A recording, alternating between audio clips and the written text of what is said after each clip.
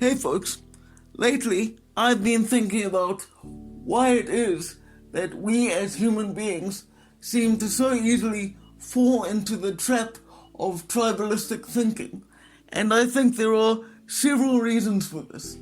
Firstly, humanity evolved over several millennia as a social species, and for any social species, the differences between an in-group and an out-group are very important, particularly if you exist at a time where you don't have all the technological advantages and safeguards against the dangers of the natural world that we do today.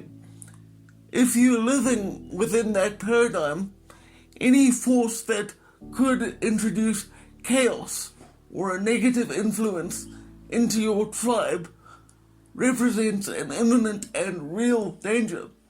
So that's why I think we as people developed this instinct to be suspicious of anyone who thinks or behaves differently than what we're used to. The second reason I think that so many of us are tribalistic in our mindsets is that if you consider yourself part of a tribe, and that's how you conceive of the world as your primary focus, one of the benefits of subscribing to any particular ideology is that you're given a set of preconceived ideas and ways of operating in the world. So in a very big way, what you're doing is outsourcing your thinking. You don't really have to think for yourself because whoever leads the tribe and whoever makes the rules has done that thinking for you. And that provides enormous comfort to people because instinctively human beings know how unstable and unsteady our existence is. So a lot of us cling to the comfort of any kind of certainty we can find.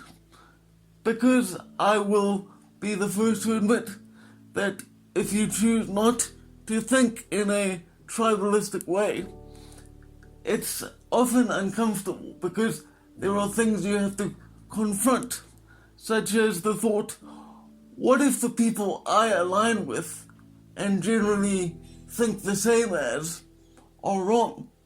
And that then leads you to think, if they can be wrong, what if I'm wrong?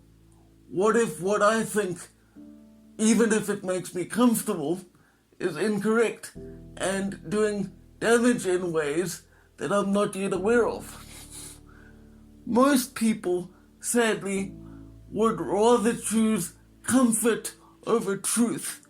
And so that's what breeds and what maintains these tribes where people just throw mud at one side or the other. Because, as I said, it's a lot easier to just stick with your side and not question. Because to question things, even if you have good intentions in doing so, often makes you unpopular. Because if you start to question things, even within your own social group, what you end up doing is making people fundamentally uncomfortable. And people will exile you and shun you if you question their fundamental beliefs. But I think that the fact that so many people allow themselves to fall prey to tribalistic mindsets is why we feel that the world, particularly today, is always going from one level of chaos to another.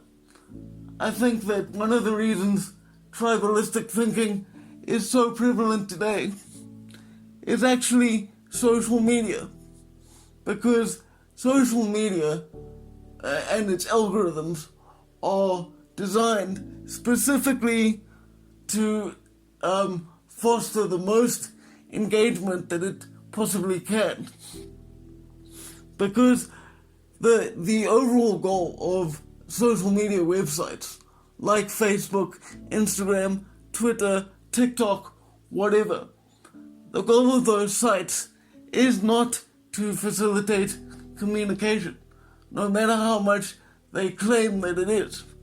The goal of any large social media site is simply to keep you logged on for as long as they can, so that they can show you as many ads as they can and sell you as many products as they can.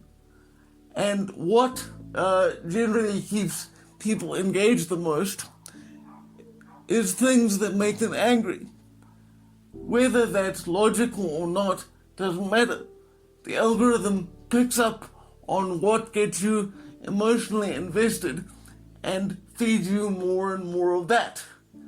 So you are unlikely to be shown a perspective which differs from the one you have already sought out. I guess my point in all this is to remind you how damaging tribalistic thinking can be, and that even if thinking for yourself is scary and uncomfortable, it is one of the only ways that we can be better as people and therefore build a better world. Look after yourselves, and for now, farewell.